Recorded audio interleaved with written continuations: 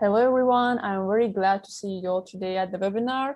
We are going to listen about how to choose software for an open source and contribute back with the head of community at Traceable IE, Dave Nielsen. That's a good opportunity to learn more about that today. We are very passionate about benefiting the community and have many exciting stories and learnings to share with you. So let's keep going. Let me make you familiar with our agenda first of all.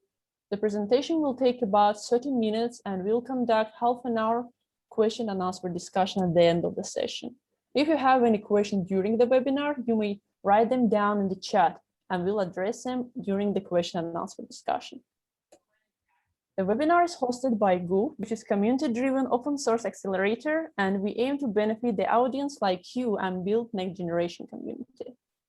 My name is Nurlana Mollaeva, and I'm the community manager here and a third-year student of Azerbaijan State Oil and Industry University, and I'm doing my business administration bachelor degree here. You can find us in these social media platforms, and you're very welcome to the community once you fit.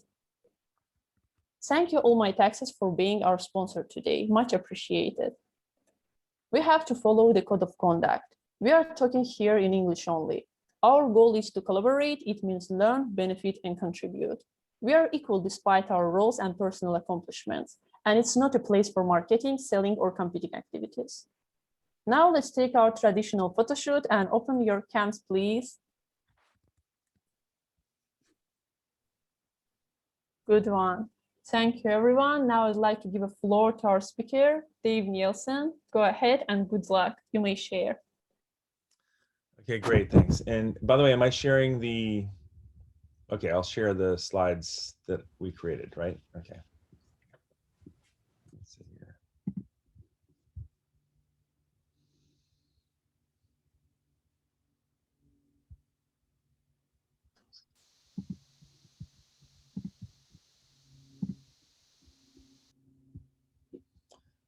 Okay.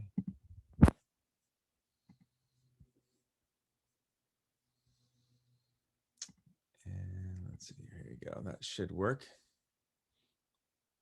All right, I think that's working. All right, folks, my name's Dave Nielsen. Thank you for having me. I'm looking forward to this talk. It's a talk I haven't given before, but I've certainly had a lot of experience working with the open source community and have thought of giving a talk like this many times. So it's been a fun project to work on and put together. So the topic is choosing open source software and contributing back. I kind of feel like open source is an adventure if you choose to view it that way, like I do. And you know, one of the biggest adventures I think that we all know about is The Hobbit. And there's even a saying, you know, in The Hobbit, I don't know if it was actually the name of the movie or not, but there and back again. And I feel like open source is kind of like that way. It's an adventure just to get there, just to use open source software. And then it's another adventure if you want to go back and contribute or share your own code. So let the adventure begin. All right, so for what we're going to talk about at the high level is we're going to cover some important details such as licensing. It's very important with open source. A lot of people don't understand why, and I'm going to talk about that a little bit. Then we'll talk about choosing a project and contributing to a project. Now, first of all, you may ask yourself, it'd be a reasonable thing to ask yourself, you know, why open source? Now, some people just take it for granted, but I just want to highlight a couple things that make open source even better than just, you know, not thinking about it. First of all, there's often a great community around the project that you're working on or you want to contribute to, or even just using as a user. I was very heavily involved in the Redis community, which is a very large community of users, not so much a large community of contributors. That's okay, because all of the users contribute by providing feedback and identifying bugs and just in general provide information that might help guide the project moving forward. So that large community of users is actually incredibly valuable to the project. Also, by participating in open source, you get to learn how to collaborate with people online, and you can develop your leadership skills, and you may even be able to change the world. Oh, my coffee. Thank you. Thanks, honey. You're welcome. All right. Sorry for that. Just got to make sure I have my coffee. Okay. So what's that? I want the coffee too. Yeah. Well, cheers. Here's to all Let's you have guys. a coffee time break. It's 10 a.m. Sunday morning on the weekend, so coffee's required. Okay. So, and you may even be able to change the world. So I'll get more to that in a minute. Also, if you use an open source license, your software will more likely be more popular than it would have been otherwise. I'm going to talk a little bit about the 4 freedoms, but basically what happens is if you use an open source license, you're going to eliminate fear, uncertainty, and doubt about what your users can do with that software. And that's really important for the users to feel confident that they can use the software in the ways that they need. There are other licenses, but we'll get into that in a moment. Also, many large corporations are now requiring open source licenses. That seems very different than it was many years ago when corporations didn't like open source licenses. They just didn't know what to do with them. But now it's become so common and so popular, and there's so many benefits that large corporations oftentimes require open source licenses, and so that they know what they can do with the software and they don't have any hidden gotchas. Some companies even have an open source programs office, which means that the companies, usually this is a large company, and they know that they're going to get so much benefit out of open source that they actually build a team of open source executives, literally open source executives who are going to provide some strategy to the company around how they can use the open source to benefit them. And oftentimes what that means is that the software is going to be popular software. They're going to know how to interact with the community to fix things when they need fixes. And they'll also know how to use the software because the licenses are popular, and corporations oftentimes get sued because they're big and they have lots of money. And so if they use the software correctly, then they know they won't get sued, and they'll get all those benefits. Another benefit for corporations is that they'll get to use software that may be free. And when I say free, it doesn't mean it's not going to cost them money. It's just that there's a lot of the scale that may be free. They may pay money to people to implement it. They may pay even license fees, but generally open source software does not cost as much as you scale out. So if a company knows that they're going to use 20,000 or 100,000 licenses, they're not going to get charged large sums of money to scale out that big. And then, for you, there might be financial rewards. So your skills as you use open source are valuable to employers. And if you're the creator of the project and you want to host your source code somewhere, there's a lot of free services out there, to host not only host your code, but security checks, all sorts of things that cloud services will now give you for free because your code is open source. And when I talk about changing the world, not only you might change the world, you might change other worlds. I don't know if you were following Ingenuity, which is the Mars helicopter that was just sent up, or I should say recently landed on Mars. And it made history because it actually had Ingenuity was the helicopter on the rover that was able to actually fly last week in Mars thin atmosphere. And the software that they used actually had up to 12,000 developers on GitHub who made some sort of code contribution. Now, most of those were probably very, very small contributions, maybe documentation or identifying a bug or something like that. But still, you can participate in really exciting projects that impact the world or other worlds. So let's talk a little bit about what is free and open source software. And I put the free and the open in there because there's 2 different open source authorities. And when I say authorities, there's really no one authority about open source. Open source is kind of a movement. And there's different organizations that have had an impact on that movement and still continue to have an impact on that movement. And two of them are the Open Source Initiative, which you can find at opensource.org, and the Free Software Foundation, which is at fsf.org. And so the Open Source Initiative is more interested in the term open, whereas the Free Software Foundation is more interested in the term free. And sometimes you will hear the term free as in beer or free as in libre. And basically what that means is free open source software could mean it's free as in it doesn't cost you anything, although maybe, you know, like if you go to a meetup or something, they give you free beer, you're still gonna maybe get some advertising or something, right? You're gonna hear about that company's product or something. And then there's free as in libre, which means you are free as in the freedom to do what you want with the software. So it can be either of or both of those frees. Now, the Free Software Foundation has this concept of these 4 freedoms that you get with open source software. And I think these are very important.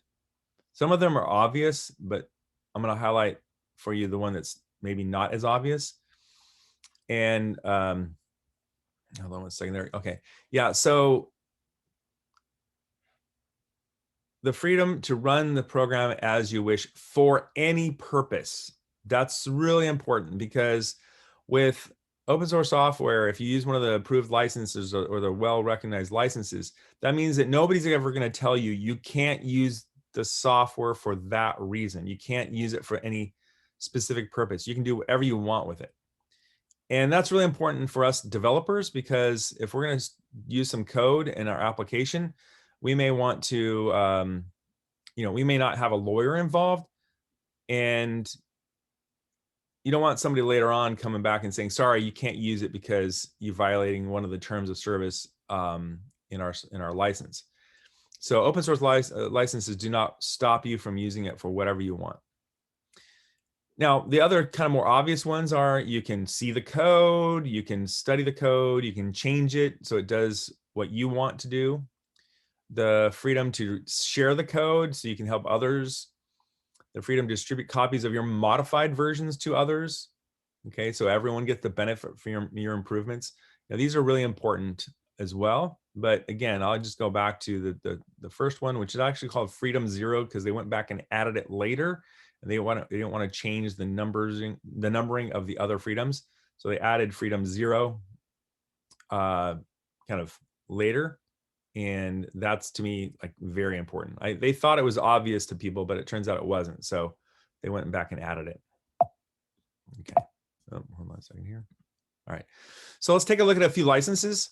These are licenses that I'm familiar with. Well, actually, I'm not as familiar with the Common Development and Distributed License, but whatever. That's also a popular one. But permissive licenses are the most liberal, the most free to do whatever you want licenses. The Apache license is very popular, created by the Apache project and now the Apache Foundation.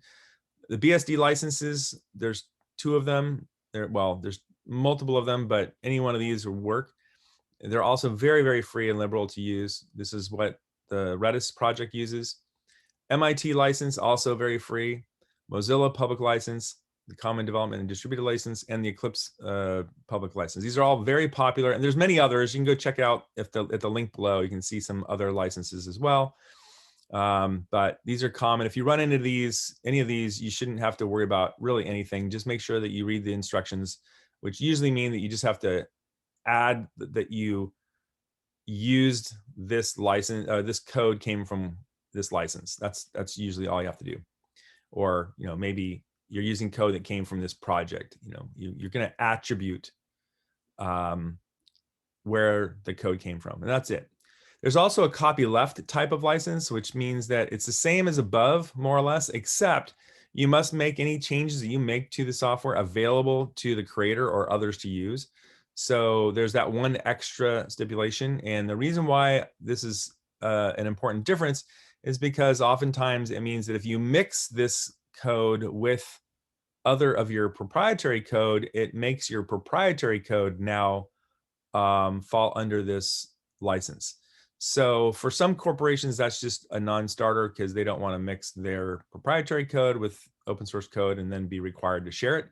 But if you're just building only open source code, this should not be much of an issue for you. But again, if you're working with a company and you're going to use some copyleft code, make sure that they know about that because they may have a problem with that. There's also some non-open source licenses out there, which I would recommend that you consider, even though they're not open source. There's many companies out there like MongoDB, which has the SPSS. Actually, it's SPSL. I mistyped that. SSPL license. There's the Redis source available license, Confluent.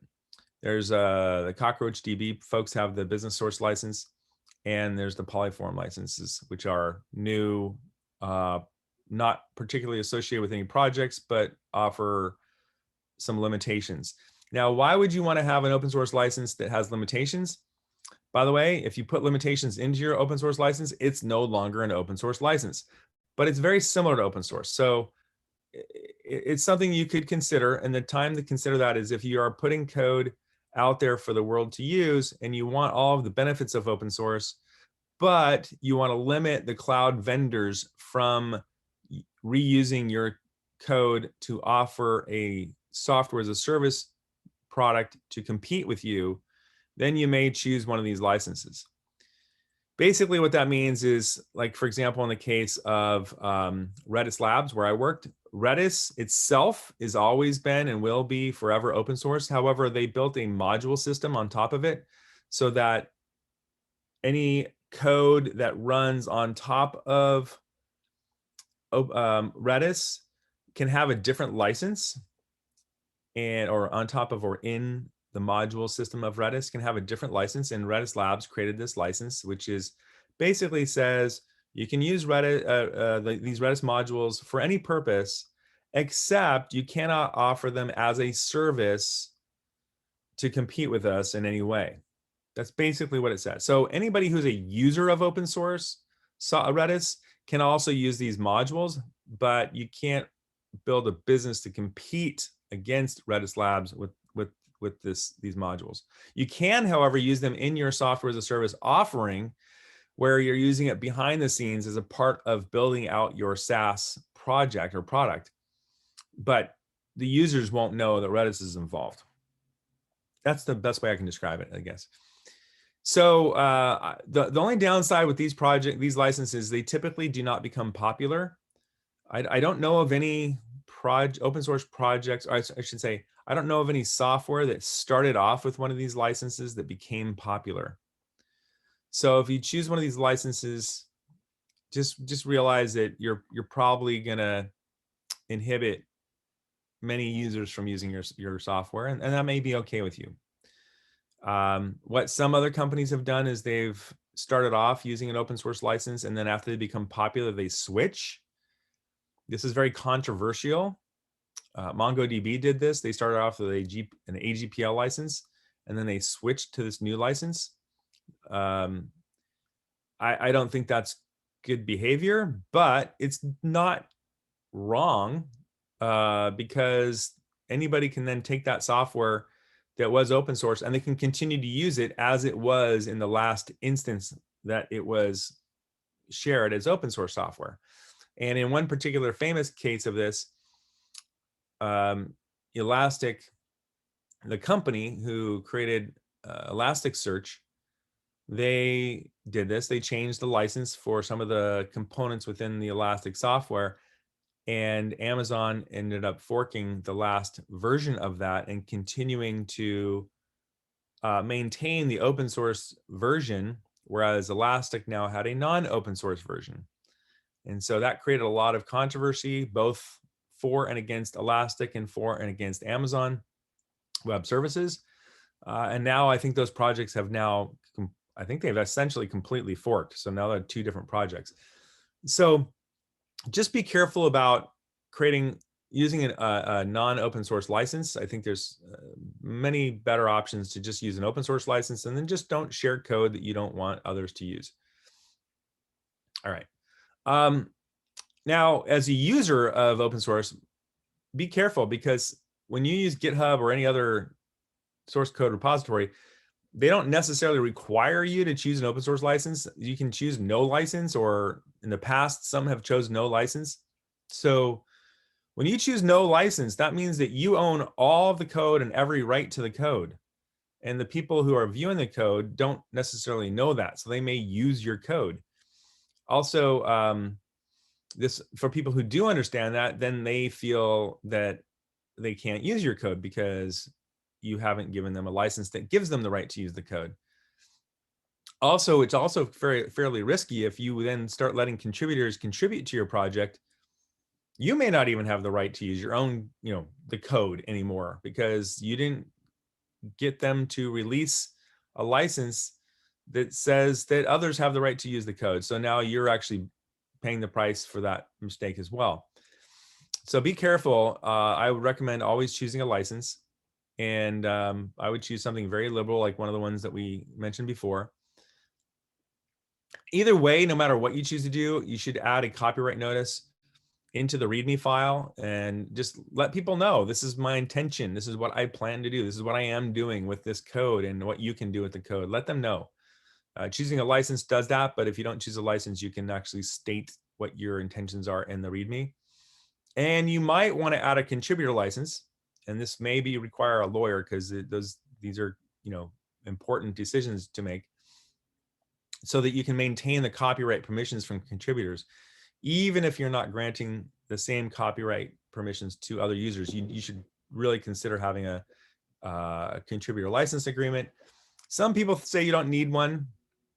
I think it's just important to be clear about what your intentions are. But if you don't care about some of these legal issues, then maybe you don't need a copyright license agreement or contributor license agreement. Now, as a user, if there's no license selected, you should probably ask the maintainer to add a license so that you now know what your rights are. Because again, otherwise you may not have any rights. So another option is just don't use the software. Go find another project out there that is does something similar, or that you can use, or negotiate a private license. Some people offer, they'll pay, you pay them $20, or I don't know, maybe thousands of dollars, it depends, but you can negotiate even maybe free to get a private license that lets you use the software. You know what you can do with it, even though it's not open source. I also want to give a quick shout out to the Creative Commons project. This is where if you have you can share your work, whether it's images, photos, videos. I don't see people using this for code, but maybe mostly just for media, usually. Maybe even content, like text content. You can use Creative Commons license, and there's lots of different options and mixtures of ways in which you can share code or media. So yeah, I suggest if you include your own media in a open source project, then you might want to give it a Creative Commons license so other people know what they can do with that media. All right, so let's switch gears a little bit. Let's switch into what's a good open source project. Here's a quote you may have heard: any sufficient advanced technology is equivalent to magic. And I would say that people have very strong opinions about open source. So sometimes any sufficiently popular open source project is equivalent to a cult. And I don't mean that in a derogatory sort of way. I know cults are not necessarily good things, but a cult has all the characteristics of a strong project. People who are fanatically involved in the project, they have strong opinions about their project. They defend the project. They participate and contribute to the project. They recruit others to join their project. So it may seem kind of strange to call it a cult, but it has very similar characteristics, and in many ways positive characteristics. I'd say the bad part about it is that sometimes people get so committed to a project that they maybe making recommendations to others to use it that aren't necessarily the best recommendations, or maybe they've got blinders on and they're using the project for things that it doesn't necessarily wasn't necessarily meant for. At Redis Labs, it was kind of funny because I was talking to folks at Netflix who used lots and lots and lots of Redis. And I had invited them to come speak at our conference, our user conference called RedisConf. And they said, yeah, we'd love to come. I said, well, what do you want to speak about? And they said, well, we use Redis for so many things. We use it for so many use cases that it was never intended to. Maybe we should give a talk about that.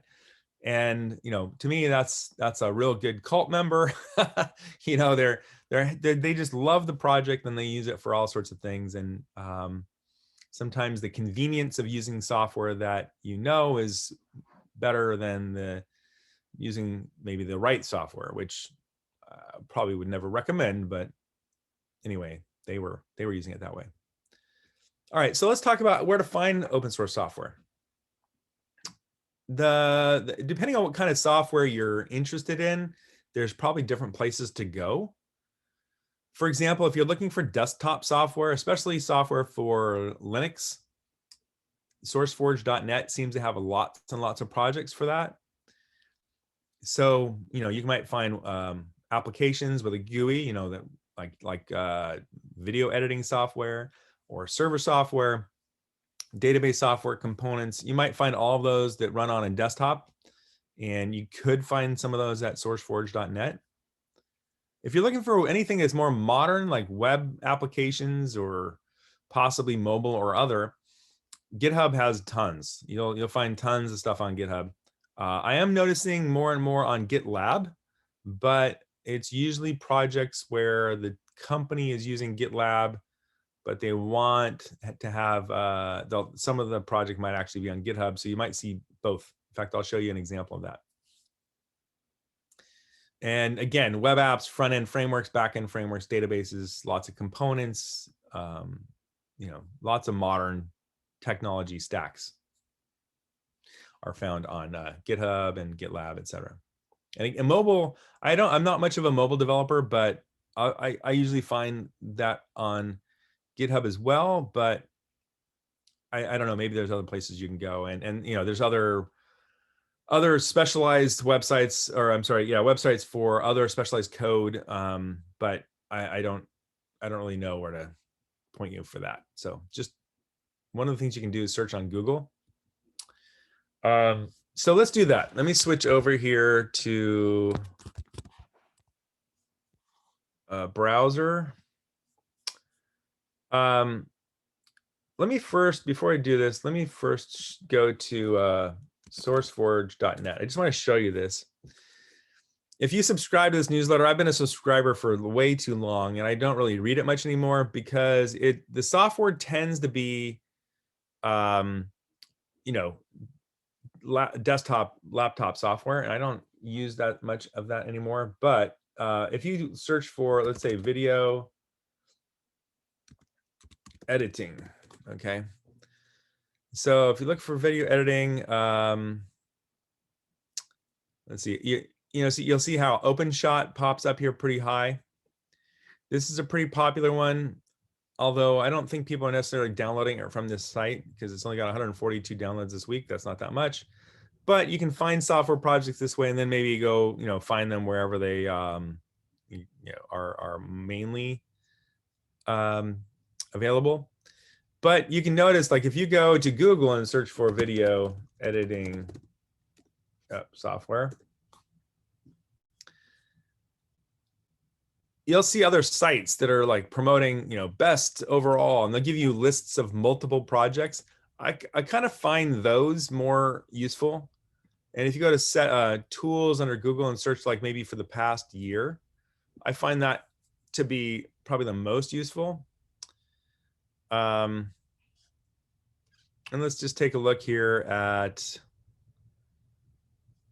WP Beginner. I don't even know what this one is, but if we take a look at this, the one thing you have to be careful about is that a lot of times they have something to promote. So they might actually, be paid for by one of these companies or more one of these companies. Now, these are all commercial projects. So what we should probably do in your search is type in open source software. Okay. And here you go, top 10 best open source video editors. And what I wanted to point out is you'll see a lot of different projects. You don't see OpenShot is number 3, not bad. But like, for example, I've actually used Blender before. So, you know, here's Blender. And if you go back to sourceforge.net, it didn't show up, but you actually do find it if you search for Blender. At least it did last time I checked. Let me check here. Is that it right there? That doesn't seem like it. Hold on. Where is it?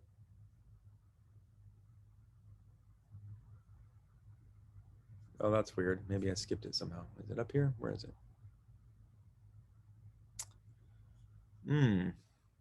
Interesting. That's not it, I don't think. Well, it is on here.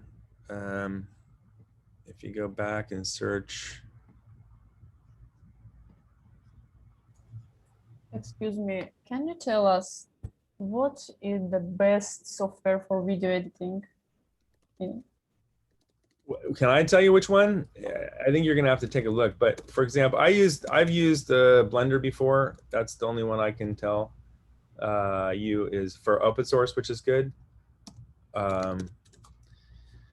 Let's see.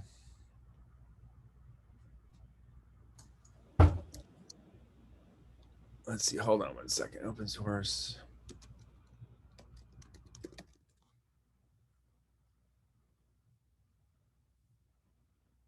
Sorry, it's just going to take me 1 second. I know it's there. I just got to find it.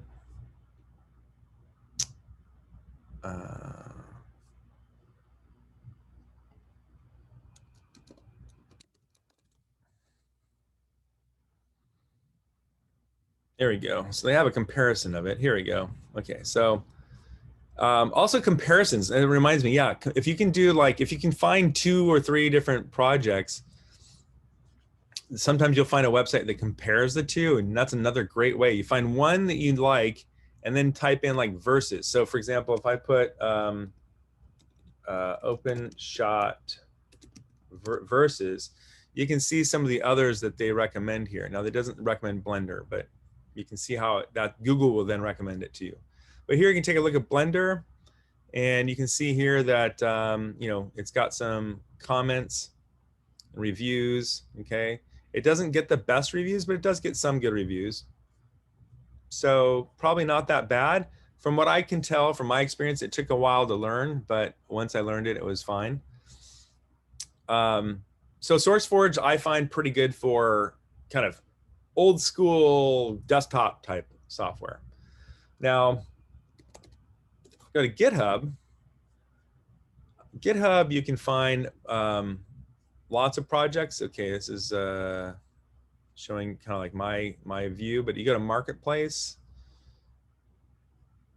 or actually just search for things. I think it's the easiest way. So let's say you wanted video editing software. Video editing. Okay, let's just do that. You know, there's 1,778. Now, in my opinion, GitHub's not the best place to go for this, but you might find what you want here. So I would look here too. But for example, there was a project I was looking around, looking for good projects that have some good, they've kind of set their project up nicely. And here's one, it's this project, it's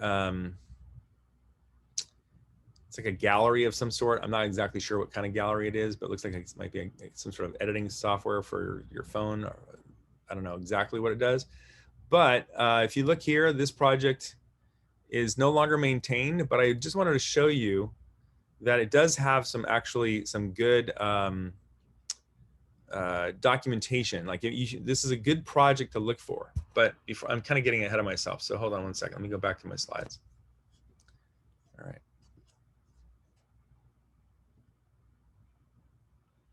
Okay. All right. So how are you going to evaluate a project? So once you find a project, obviously, does it do what you need? That's super obvious. But you know, a lot of times projects have a name that implies that they do something, but, you know, just like any article or clickbait article, that doesn't necessarily imply it does what you think it does.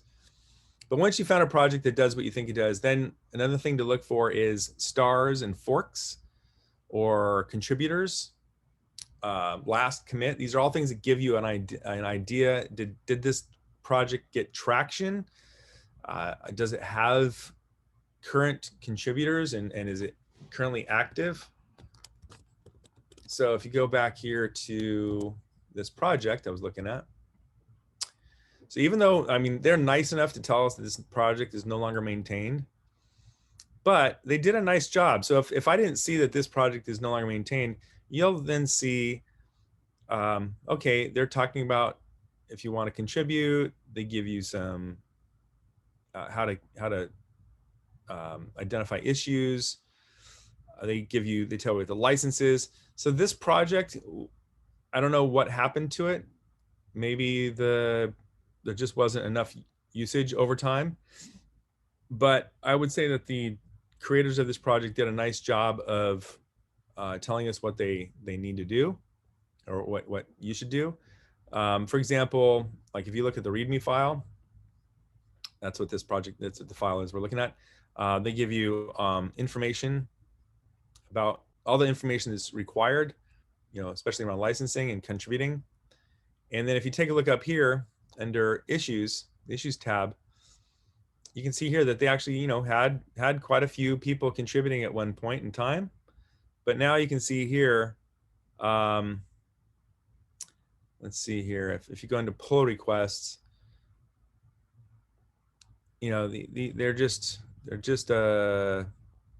nothing recent. So it really shows you that issues go back not too far back. Look, that's about 4 months, 5 months.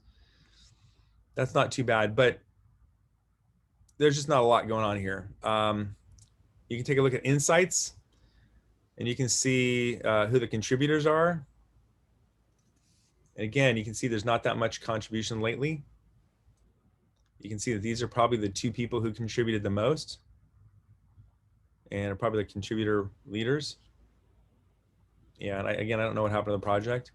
You can take a look at community. You can see like what important documents they've shared. Code frequency changes. This is green is adding code, red is deleting code usually. I think that's what that usually means. Yeah, additions and deletions. Okay, so you get the idea. And you can see that there's forks. Oh, up here in the upper right-hand corner, you can see the number of stars. It had 3,200 stars. That's reasonable, right? 1,400 forks. At one point, this was a popular project. Now, what may have happened, let's go back here. Let me just show you. It kind of takes a little sleuthing to figure out. But when I was looking at this earlier, I noticed they had down here issues. No, where is it? You can trace the status of known issues here. Now, if I click on that, it takes you over to GitLab. So it looks like this project was also perhaps being maintained on GitLab. And then around a year ago, it kind of stopped. So, you know, I don't know why they did this, but look at this. This is a nice tool that GitLab offers. They give you like a nice way to view opens, bugs, feature requests, all that kind of stuff. Again, very nice. I'd be kind of curious to know what happened to this project. You can see what their different milestones were. Looks like they had just this 0.7 milestone. It didn't look like it completed. You can see a list of all the issues.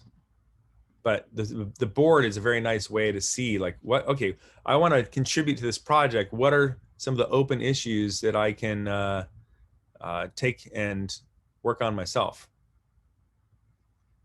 Okay, so that's kind of nice.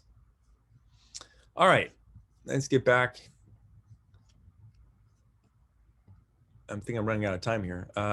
Okay, so. No, we are good. We're good? Okay, all right. I'm getting close. So it's really nice you go through it. Yeah, I'm getting close to the end. Okay, let's say you end up with find a project that is less organized. So you like the project, maybe it's a new project, they haven't organized it well. Then what I recommend you do is go download the code, run it, find a bug. If it's on GitHub, you can probably open an issue. But you should contact the developer, like reach out to them. Usually they find some way to contact them. Some GitHub profiles actually have their email address listed. Other times you can just contact them through GitHub itself. And contact the developer. Maybe there's a search for them, on LinkedIn or something, and propose your solution. I'm sure they'd love to hear that there's somebody interested in contributing to their project, and may actually motivate them to do some of the, organize a little bit better to enable people in the future. Now, what I can show you as well is a project that I've been working on called Hypertrace. This is a newer project. And right here, right from the home page, you can go click on the GitHub. We have lots of documentation on this project, so you can go here and you can see all the docs, which is a great place to start as well. But you can also just go straight to GitHub. Now, this project is quite complex because it's made up of multiple services as a part of a microservices architecture. So we provide you some of the requirements because it's a little complicated to get started with. And it runs mostly in Kubernetes, okay?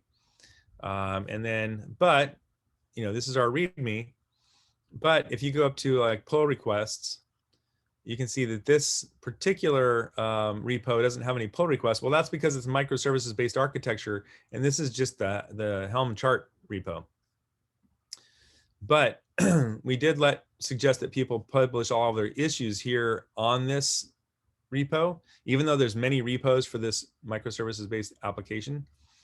So these were generally all the issues go, and you can see there's quite a lot of activity here. Okay, 3 days ago. All right, so this is looking like it's a fairly active project. If you go to Insights, you can see here that contributors, there's lots of different contributors. It looks like it's fairly active. Okay, you see I didn't do a lot, but these two guys are doing a lot, and there's quite a few others involved. Actually, what's interesting is there should be a couple others in here that don't show up for some reason. Maybe they're just not public. Anyway, you can see that we've filled out lots of the documentation required to make this a publicly community project, and you can see commits over time, and are maintaining over time. So anyway, this is just another example of a project that you might see, and see that there's people actually contributing. You can see here that 4 days ago somebody contributed here. But in this particular project, because there's so many different repos, you really don't know what's going on unless you take a look at one. So for example, you could go to the configuration service, let's say, and you can see here it's 17 days ago. So each one of these is a different service as a part of the microservice architecture. And you might want to contribute to any one of them. This project has a dual license model. So it has the Hypertrace core is available under Apache license, whereas the complete project is available under a dual license. That means that some of the components have been reserved to keep the cloud vendors from using, but some of it is under Apache license. Okay. Let's go back to present. All right. So what I wanted to do is kind of summarize a little bit here about going back to a successful project, and one that started off very, very small was the Redis project. So if you are looking to get involved with the project, or if you are creating your own open source project, then the Redis story is actually quite good to pay attention to. And let me just tell you how it got started. So Salvatore had a problem. He's the creator of Redis. He had a problem that he was trying to take a lot of analytics. So basically every page view, he had multiple analytics that he wanted to save into a MySQL database. And at the time, this is over 10 years ago, MySQL just couldn't handle, they were trying to get about up to 100,000 analytic elements per second, because he was doing work for, I think it was, it might've been Telecom Italia, but it was some telecom, I think. And they just had a lot of web pages that they were tracking. And so he just couldn't get every hit to a page to go into the MySQL database. And so he tried to come up with a solution, and he figured out that he actually could write 100,000 records to the database per second if he batched them in.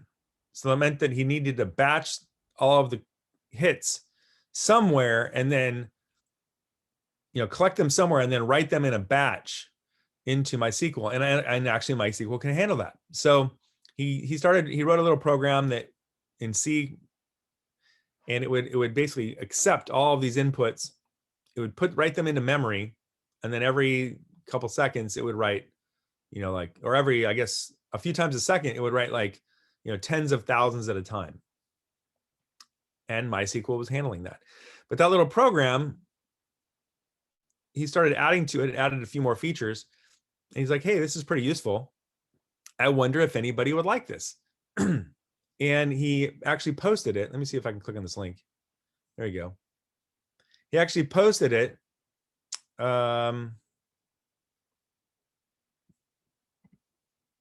And he shared it on GitHub. I'm sorry, he shared his code on a repo. I think it was SourceForge at the time. I know it's Google Code, sorry.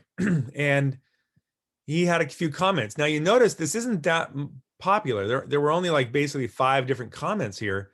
And most of the comments were like, hey, you should use memcached, like another project. Or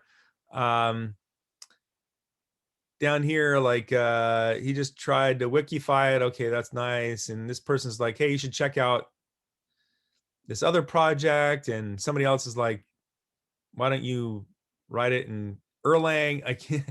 So nobody's really helping him out here, except for this one guy. His name is Easy Mobius.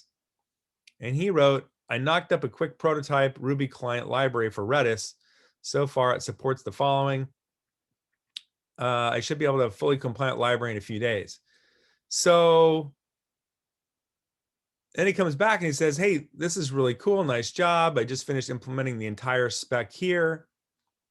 I'm really enjoying being able to store lists as values and blah, blah, blah. So and then Antras, which is Salvatore, says, thanks, your implementation is cool. If you agree, this will be a Ruby implementation. Hey, here's going to be my first client library.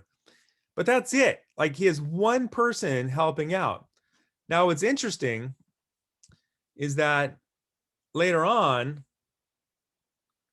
let's see if I posted it somewhere. Yeah, he tweets about it. So this guy, Ezra, tweets about it.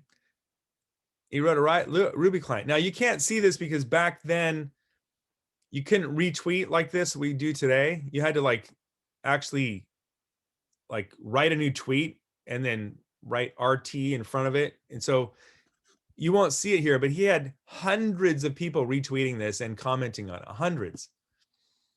So that is how Redis became popular. It's because this guy created a popular client library or a client library and then popularized Redis. So I just wanted to share that story with you because it's really not always about the first writing the code. It's about getting somebody else to follow you. So let me share this little video. It's a short video, but I think you'll enjoy it. Oh, that didn't work. Hold on. I'll click on this link. Maybe that'll work.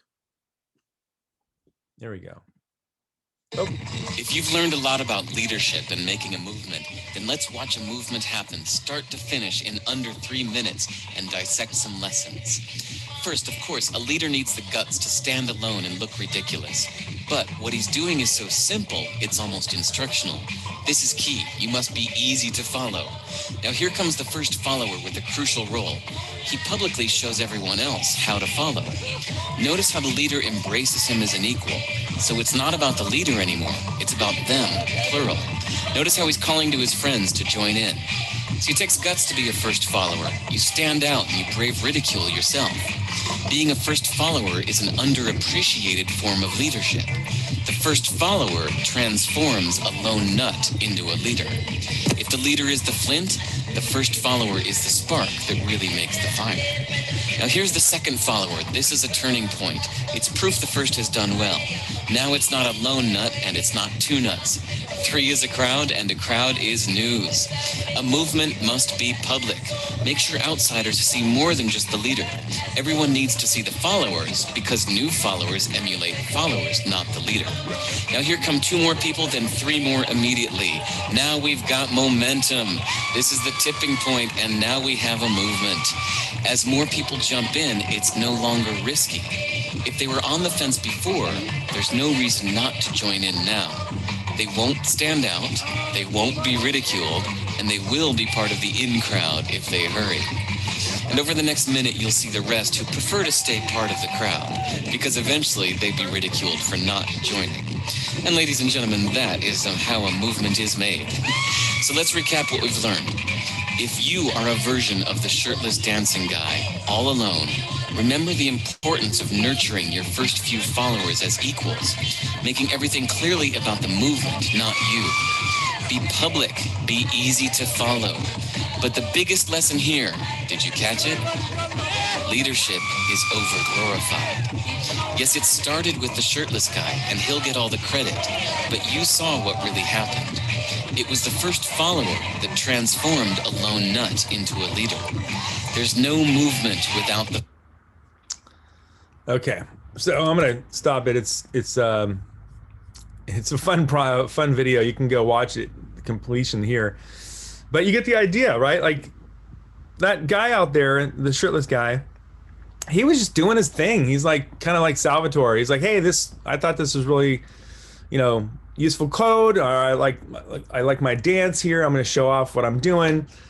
And he doesn't know if anybody's going to join him, but somebody did, and he helped that guy. Now, what I want to comment on is from my own experience, depending on your project may require a lot of energy to help the first follower or the first followers. But if you get one first follower, you're probably going to get more. So if you do find somebody interested in what you're doing and they need some help, I highly recommend you give them that help, because if you can maintain that level of energy for a while, eventually you may not need to maintain that level of energy yourself, because the community may actually do it for you. A couple of examples. Salvatore is one who maintained that energy for 10 years. He recently retired from the project, but he did so after succeeding to help Redis Labs become successful, and he was paid. He didn't own any stock in Redis Labs, but he was paid by Redis Labs, so he was able to succeed in getting some monetization outcome. He was also sponsored by some other big companies for a while, like Pivotal and VMware, etc. So you could become sponsored, but other contributors actually become successful. So there's been situations where the creator of the code said, okay, I'm done, I don't want to do this anymore, but a contributor took over the project and then became very successful. PHP is a good example of that. Andy and Zeb, I think are their names, or Zev, they took over the PHP project at like a version 2.0-ish, somewhere in there. And then they ended up running the whole project and changed PHP quite a bit. And of course, how PHP became so successful. And another example of that would be Dries Bijtaert. He's the kind of the leader of oh gosh, what's that framework? I'm blanking on the framework right now. But he became very, you can, here, I'm gonna have to look him up real quick.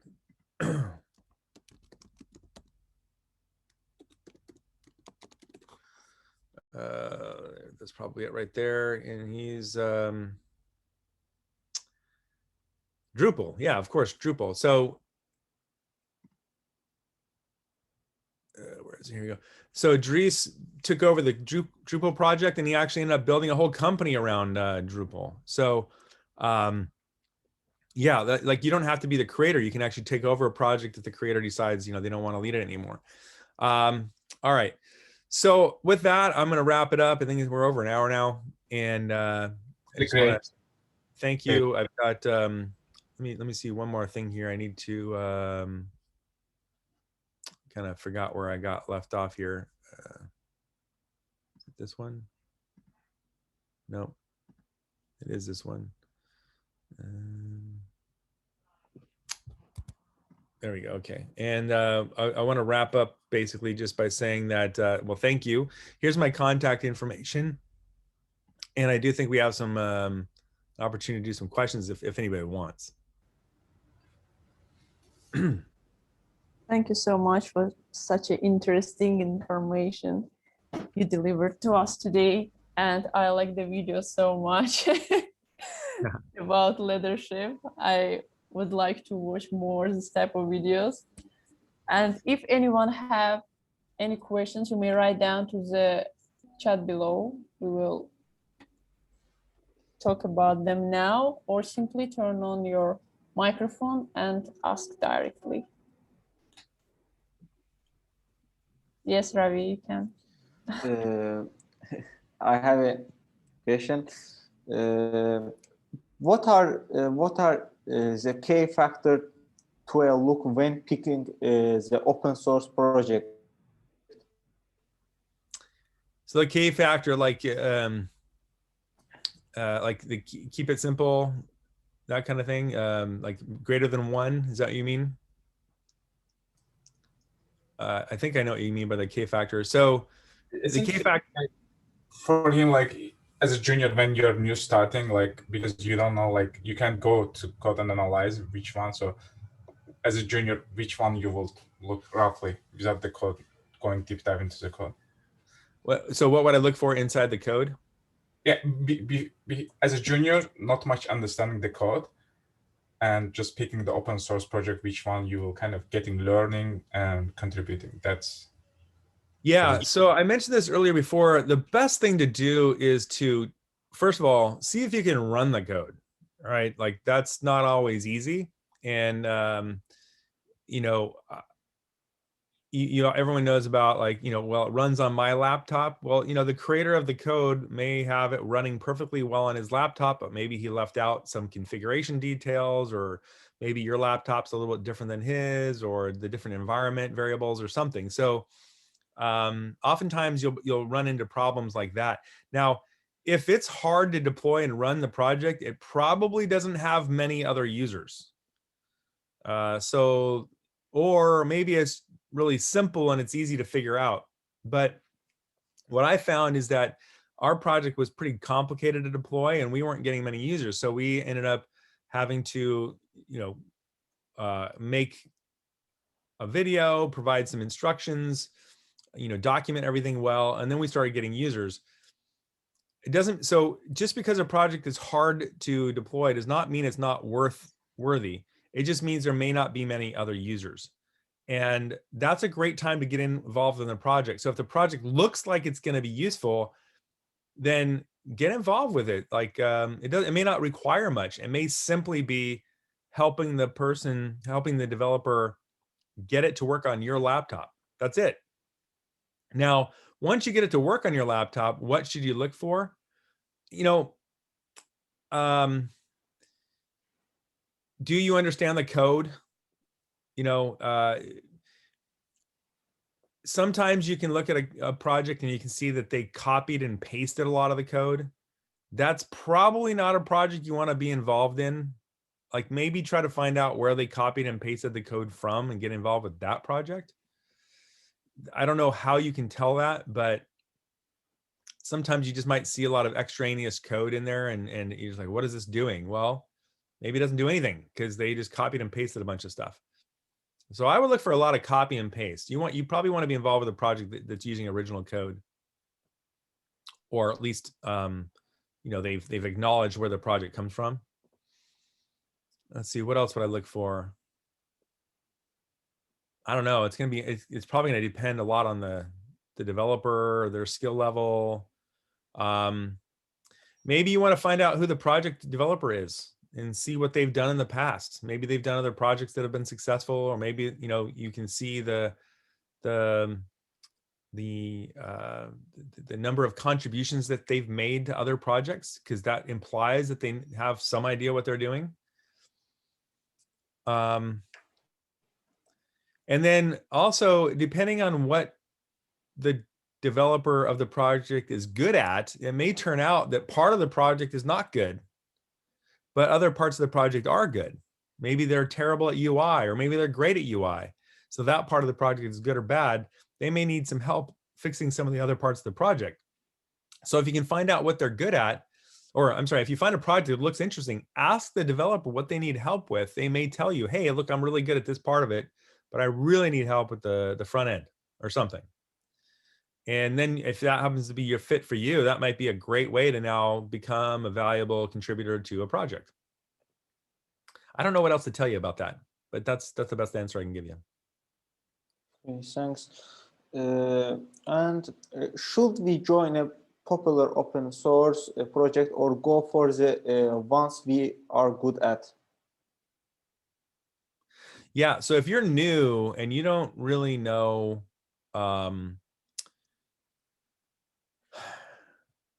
you don't really know how to participate in a project, I probably wouldn't get involved in a brand new one, just simply because that developer may not have enough time to give you the help you need to get going.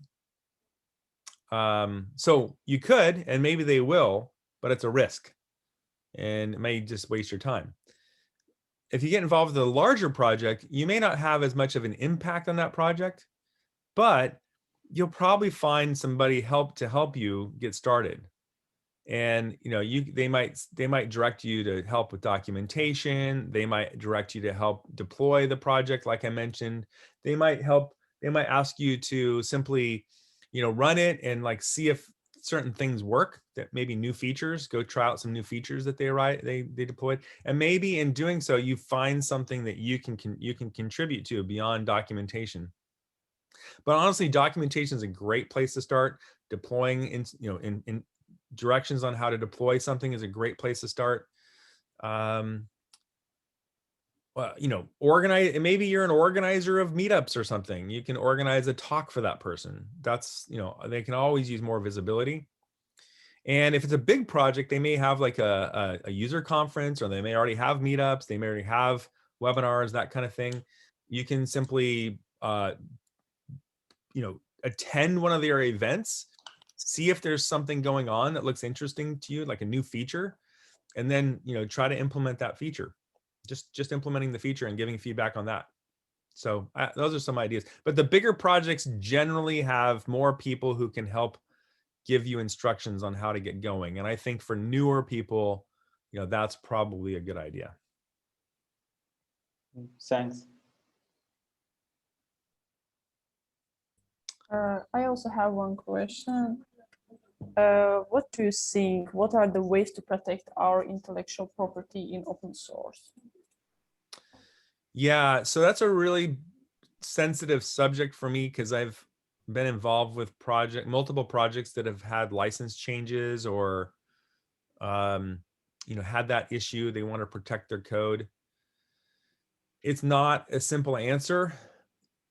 The answer that I would give you is that in the beginning, when you don't have anything, like in the beginning, if you're worried about sharing code that you don't want others to use, the first thing I would ask you to do is ask yourself why. Because in most cases, I'll bet you it turns out that you're worrying about nothing. Okay, so really ask yourself why you want to keep that code to yourself. Another thing to ask yourself is maybe you have a legitimate reason for wanting to keep that code to yourself, but there may be far greater benefits to open sourcing your code, even if there's a risk that your code might get used by a competitor. And I'll give you one example of that. That example is with Redis.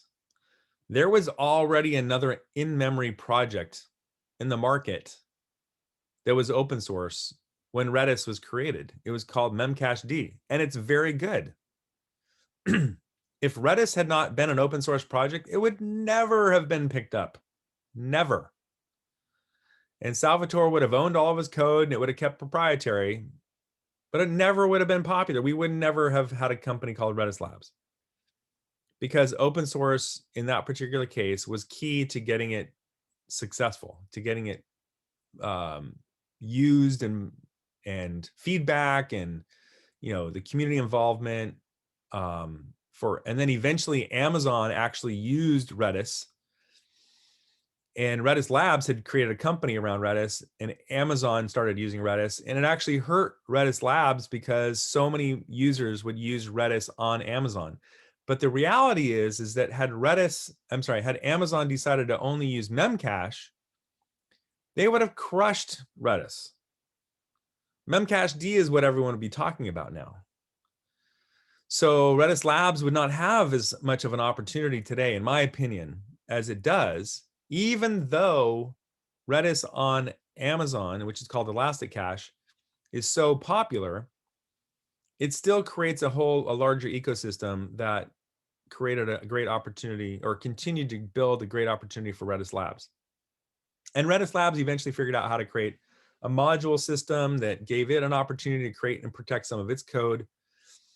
And Redis Labs has been a successful business because they have, intelligent management that made tough decisions and worked hard and good technology. So I think it's actually more important, in my opinion, to get your code out there and to become successful, and then figure out what you need to do to protect your code, than it is to protect your code from the beginning and just have a very small number of users.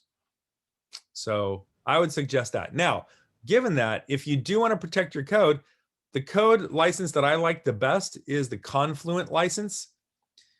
The reason why is because it's very, very free license. It's not open source, but it's very, very free because you can use that code for anything you want. It's the Confluent community license, except you cannot run it as a service to compete against them, but you can even sell software. You just can't run it as a service. So it's a very, very free license, except you can't be, Amazon cannot use it and run it as a service to compete against them. Also, the Polyform licenses that I listed, those are also, they're kind of like the Creative Commons licenses in a way. And they're not open source, but they do have some nice language that helps protect your code. But again, you take a risk if you open source your code. You also take a risk that nobody will care if you don't.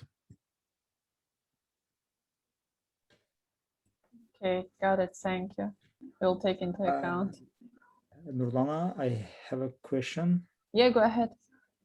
Thanks, Dave, for awesome presentation. While your presentation, you gave some information, but I had a question, but I found I found answer from your presentation, from your speech. But I would like to ask one simple question. That well, wait, before you do that, what was the question that you had that I answered? Yeah, I would like, for instance, I would like to start some open source projects, and I want to attract or some people join to my open source project. But your short video gives some signals. It was the example for how to attract people, but I want to listen your experience or some thought in that process. Maybe you have some addition to say. I wanted to listen your experience. Thank you. Okay, so I've definitely had many failures in open source, and what I mean by that is the projects that I've started myself were not popular. Now, that wasn't my goal. I think in the long run, I would like to have a project that is successful and popular. but it's never really been my goal. My goal has always been to accomplish, build something that was useful for me, right? And for me, building something that was open source was simply an easier way to get people to give me feedback. I wasn't looking for people to, use it themselves. If they did, that was nice, but that wasn't my goal.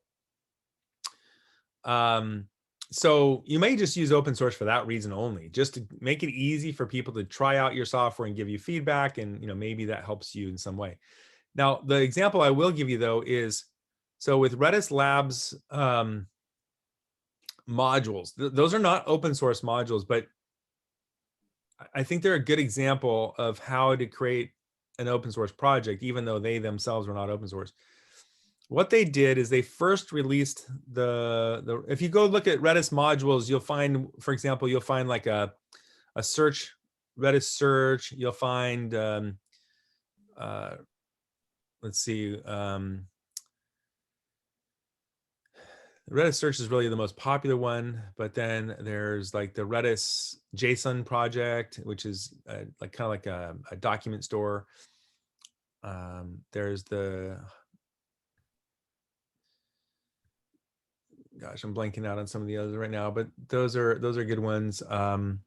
Anyway, what they did is they first released these projects, and they weren't open. They weren't popular. Okay, they weren't popular, and they weren't open source. So there's a lot of work to get these projects to become successful. Right now, what they did initially is they documented them well, they promoted them, and they encouraged people to try them. Hey, you have this problem. Why don't you use this? I'll help you get started. And they had a Google forum. So the Google forum was a nice way to let people ask questions. And then once you join the forum, like, you're going to receive questions from other people. And someone who is in that forum might have learned something that would help the next person. Now, these forums were not popular in the beginning. In fact, they're still not super popular, but they got traction. Eventually people started asking enough questions in that forum to where you could see that there was activity. So, you need to show activity. And another thing I would do is do everything you can in the public. When you're engaging with users, try to use either the forum or use Twitter. Do all of your engagement in the public. Take and make sure that there's like an FAQ where questions in the forum, put them on an FAQ page and say, here's a bunch of questions people have asked.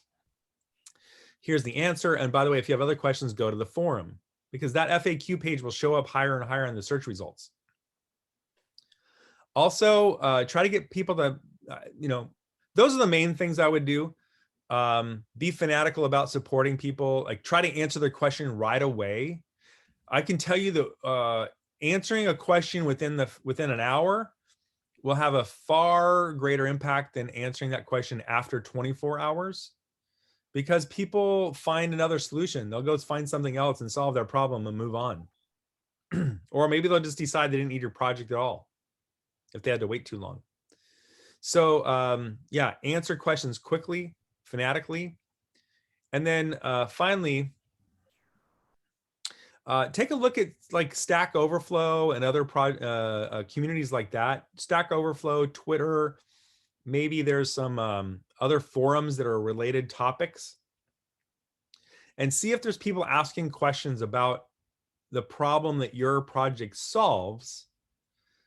Answer their question. Don't try to promote your project directly, but answer their question and then say, oh, by the way, if you're interested, I'm working on a project that solves a related problem.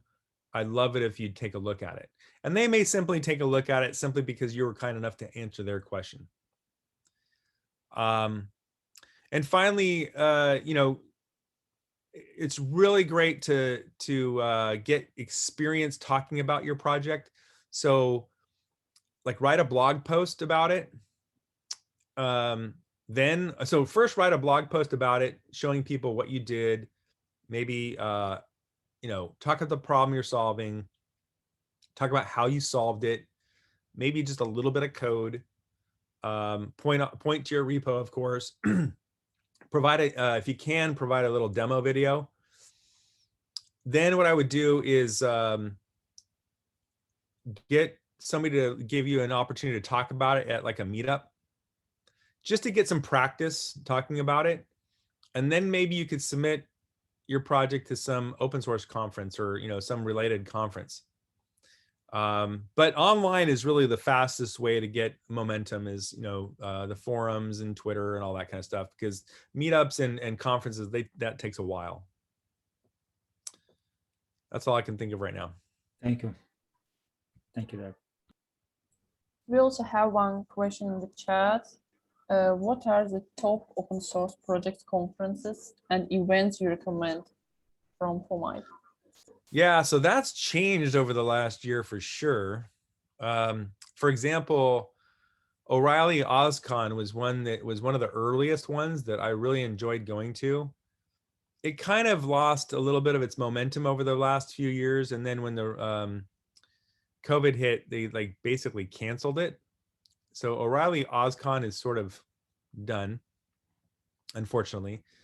But I would follow O'Reilly in general and see if they're doing any online activities. I really like their community of people. They're smart, they're intelligent, they're experienced. And they may be doing some online events.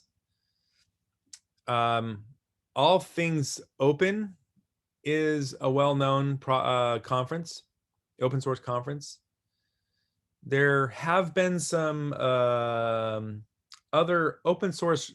Oh, FOSDEM in Europe is a great conference. I don't know what they're doing in person these days, but take a look at FOSDEM. I'm leaving out quite a few. There's the foundation conferences, which I'm not a big fan of because they tend to be kind of heavily influenced by the large corporations, but oftentimes they're free to watch online.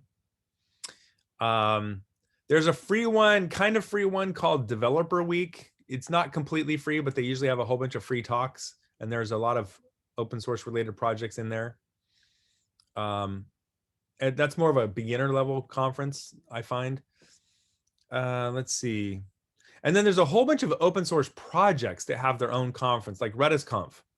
And even though they're commercial conferences because there's a vendor behind it, the project itself has usually some interesting open source related activity going on.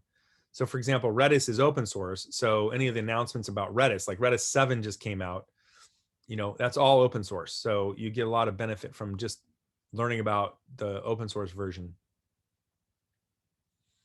There's a ton of other ones. You know, if you want to email me, I'll go look up. I'm always finding new ones. So, you know, depending on what your topic is that you're interested in, like for monitoring, there's Monitorama, which is not necessarily an open source conference, but most of the monitoring software projects are open source. So that could be interesting. Yeah, it just depends on what your topic is.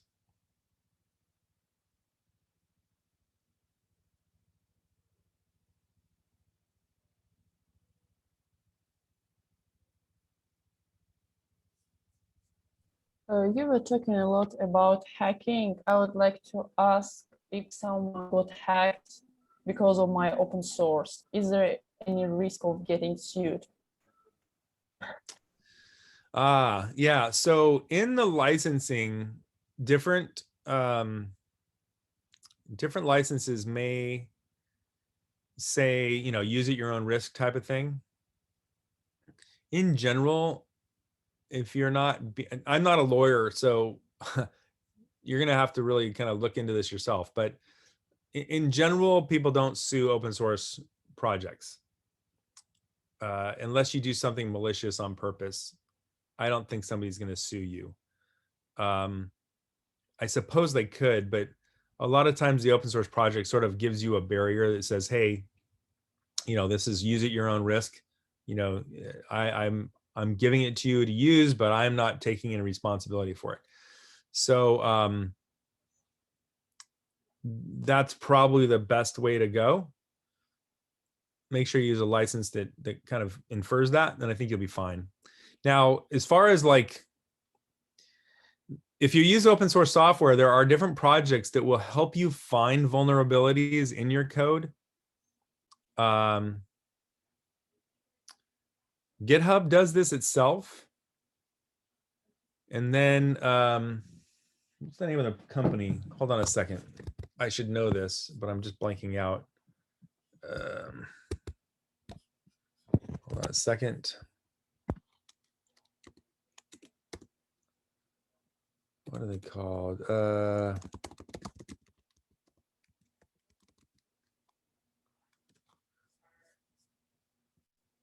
Let me see if I can find this project. It starts with a G, I think. Oh, SNYK. So SNYK. That project. They can give you, like, if you give them access to your GitHub repo, they'll like look through it for vulnerabilities and that kind of thing. And I think they do it for free for open source projects. Again, one of those examples where you get a benefit by having an open source license.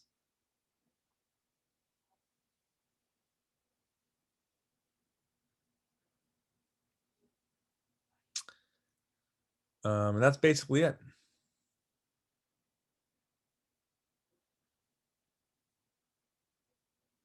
I have a question, Dave. Actually, again, thank you so much. It's really so much relevant because we are in a stage kind of trying to pick it up and bring together. But before going to project, we kind of taking time, like learning as events. And then we're going to like kind of training more for open source to understand better, like Alphabet, and then more engaged people for open source, kind of accelerating that's the project's part. So it's really helping on that journey to have this kind of discussion. So my question would be regarding the GitLab, because right now we are hosted in GitHub, and will there be any advantage to move to GitLab, or should we keep maintain both in both places, or what would be your suggestion on that? Oh, wow. Yeah, I don't have a good answer. I haven't used GitLab a bunch, so I can't tell you. I can't tell you like why you would use it versus GitLab or GitHub. So, but as you saw there, it did have some nice additional features.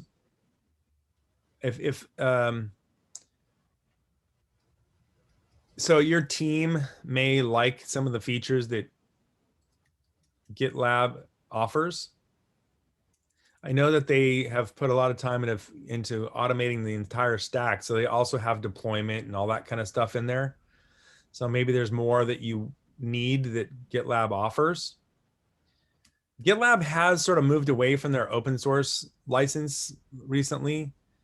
So if you plan on running it yourself, you may need to carefully consult whether or not it's continuing to be maintained in a way that will help you do that.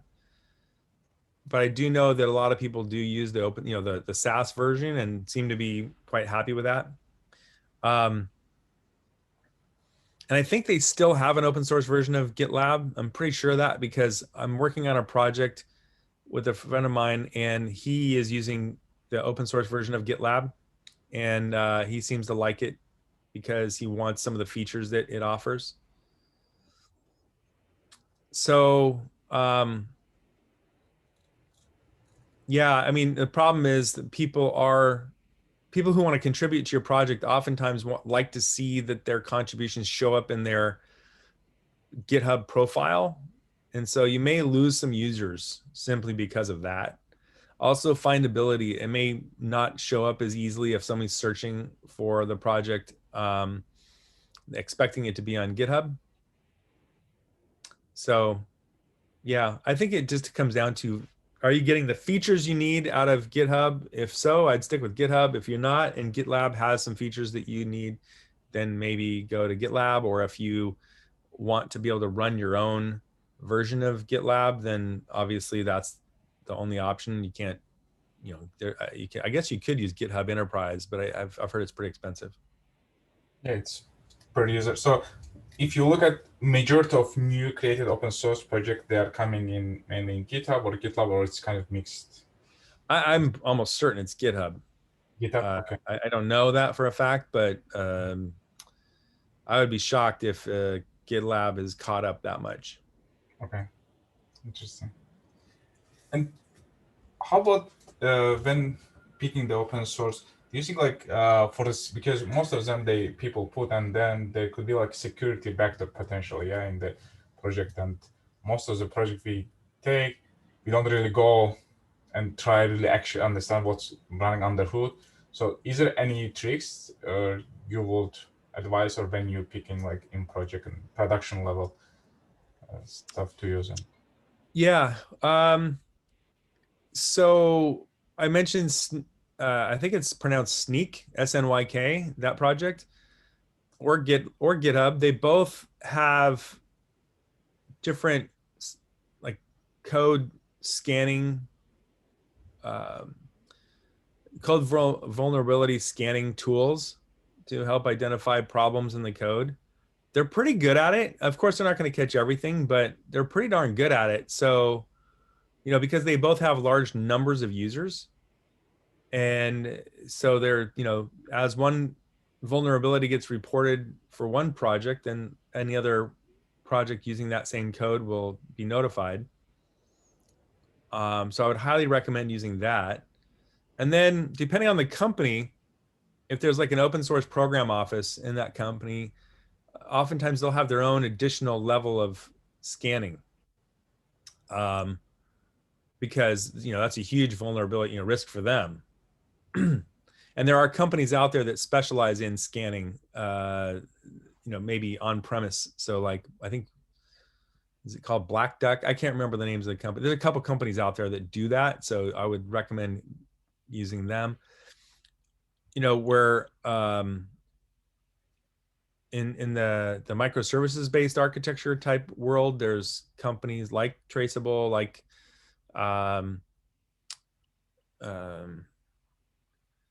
there's a ton of them now. Companies that do, security for your SaaS application or your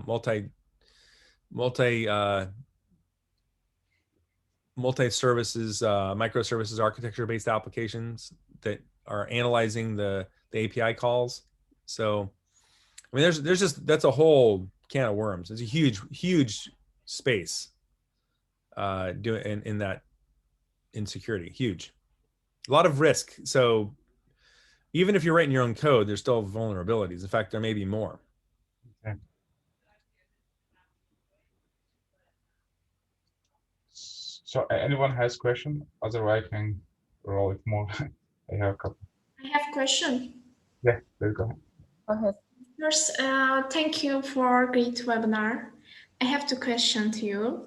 What are the top companies actively involved in open source space? And second one, how we can find mentors among open source contributors? Oh, great question. All right, so the top companies are kind of not a surprise. It's going to be Google, it's going to be Microsoft, and Amazon is doing more and more, although they're still, in my opinion, far below where they should be as one of the largest companies who uses open source. But those are big companies doing a lot with open source. There are some pretty darn big financial companies who are now using open source. Capital One, this is many years ago, like maybe 4 years ago, they sent like hundreds of their developers to OSCON, which is, like I said, an open source conference.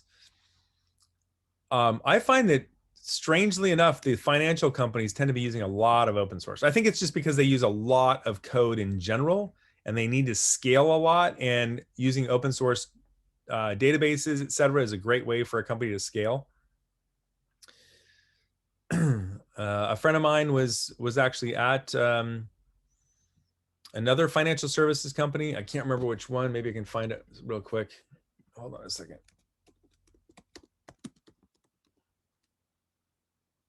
Oh shoot, spelled it wrong.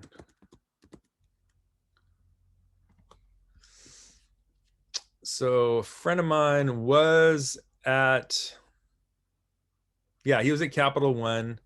Before that, he was at edX. And now he's at Fannie Mae, and he's creating the open source program office there.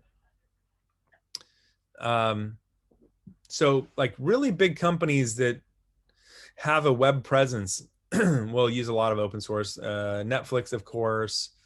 There's a ton of them out there.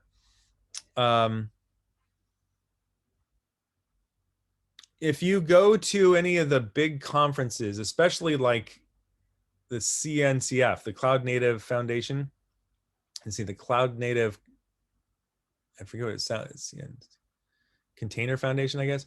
And you look at where like the companies that are speaking at their conferences, you'll see big company names, because they always want to have big company names, talking about open source. Those are open source conferences. So if you see a big company speaking at an open source conference, then that's a good idea that they're using a lot of open source. So that's one area I'd look. Now, as far as getting a mentor, so there's a lot of push right now, as you probably have noticed, to help women and other minorities get started in software development or the cloud. And usually that's around open source. So you probably already know this, but like, look for one of those organizations.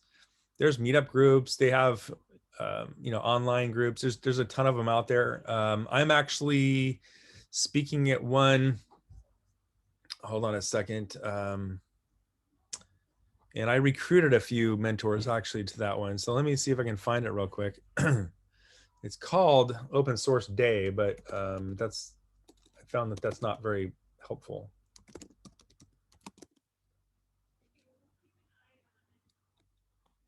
Here, I'll find the exact name.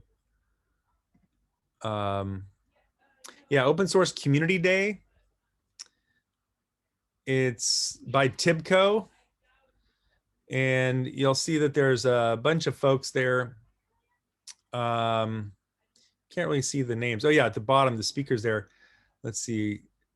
Like Amanda Brock, she's with Open UK. Aaron Moeller is the one who I know. Yeah, there's somebody from SUSE, I think. I don't know if that's very helpful, but and there's also conferences now that are about enabling people to get started. Another thing I'll mention is that I once hosted a meetup. It was a women in technology. I think it was it called? It was a while ago. It's like a women in technology event. Women Who Code. That's what it was. And the men showed up to those too. So one thing that I've noticed is that they may have the name women in it, or maybe some minority group in it, but they're not. I've never seen one that says, hey, if you're not part of our group, you can't come. I've never seen that. So even if you're not part of those groups, I find that those groups are very open and welcoming and will help you too. So yeah, try them out. Oh, and just a final comment on that. Looking for a mentor,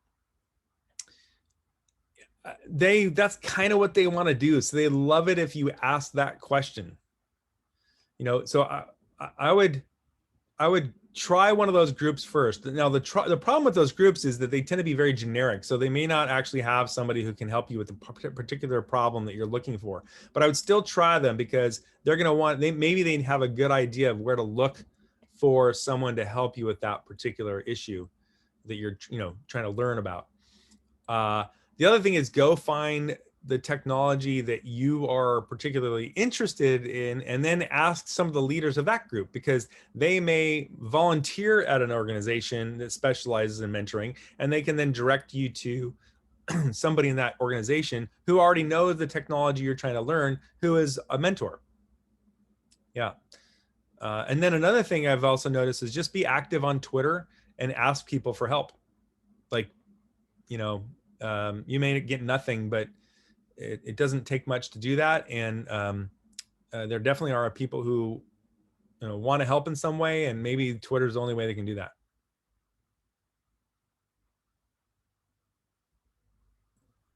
We also have one question in the comment section. The question is from Alvan. How do you think does open source term makes free and open source ethic less famous? I mean, nowadays companies like Facebook, Google, Microsoft, etc., they do maintain open source applications, but at the same time, they dramatically destroy free and open source mind. Richard Stallman himself personally hates open source term. How do you think? Is just open sourcing is more important than free software? Yeah, so I don't have a strong opinion on that, primarily because I actually entered into the world of free and open source through the open source side of things.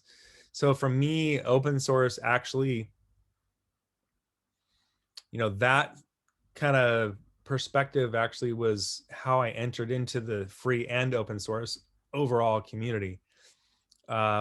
It took me a while to understand the difference. Like, I didn't know what free as in beer or free as in libre meant for a long time.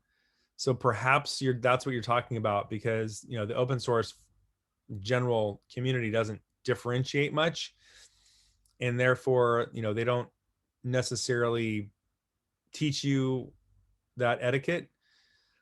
But I think hating open source is probably a disservice to open source overall, and free and open source, because it's a good way for people to enter into, you know, the you know, the free and open source community. You know, just as, for example, AGPL is actually in a way sort of a problem, because some companies are very afraid of using AGPL licensing. So, you know, both of them have their pros and cons. I would say that the most important thing is to let people know that the free, as in Libre, part of free and open source, or even open source, is critical for eliminating the the fear, uncertainty, and doubt that licensing software can have. And in my opinion, this is just my personal opinion, like, that's why open source, or free and open source, matters, is that free as in Libre part of it. And you know, nobody wants developers to be downloading code that has restrictions on it that then end up harming them or their company, you know. And to me, that's what free open source code does. It eliminates that uncertainty. So yeah, that's my thoughts on it. I wouldn't hate open source. I think that's pretty strong, and I think it's petty, in my opinion. One thing I would do, though, also, what I kind of fear, and I've been a part of this myself, is the source available licenses, like the run that Redis modules has, and like I've used at Traceable. Like, to me, those are a problem.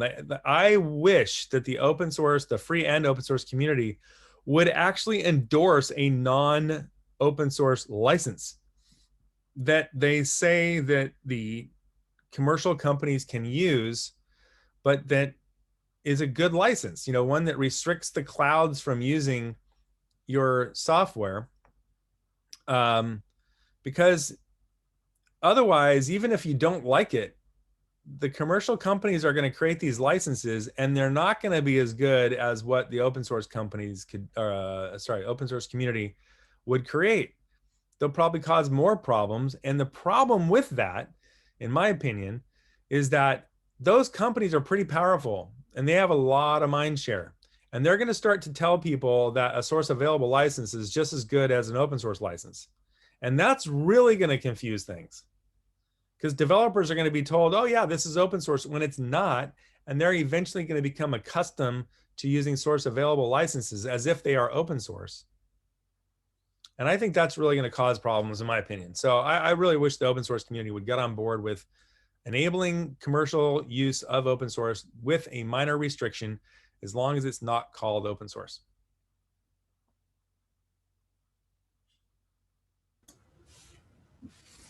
I have another question, Dave. You mentioned about open source program office in companies.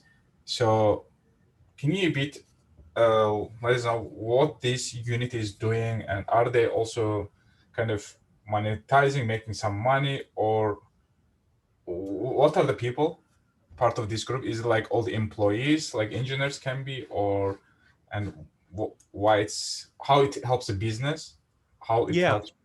Well, I'm not a expert in this, but I can tell you that there are many issues with open source. Well, there's many issues with software in a corporation in general, and it can be very complicated, murky. Licensing is a real like dark art, in my opinion. You know, people don't read the licenses, and then it gets them in trouble. You know, all that kind of stuff. And so, if you can have licenses that are popular, and open source licenses are probably the most popular licenses there are, then you've got more people who understand what they're getting into and what their responsibilities are. So that's why one of the main reasons why I think open source licenses are so wonderful. Now, because of that, companies start using a lot of open source, and also because it can be less costly. It can save them a lot of money. And the more people who use it, the software, the better the software actually gets. So there's a lot of benefits for companies to using open source. But like I said before, there's responsibilities, and there are some gotchas. So having somebody in your company whose job it is to look out for the company's needs and risks, you know, avoiding risks, I think is really critical. Sometimes that's just a developer in a small company that just keeps an eye on things and on their own. They don't even have the job or the responsibility.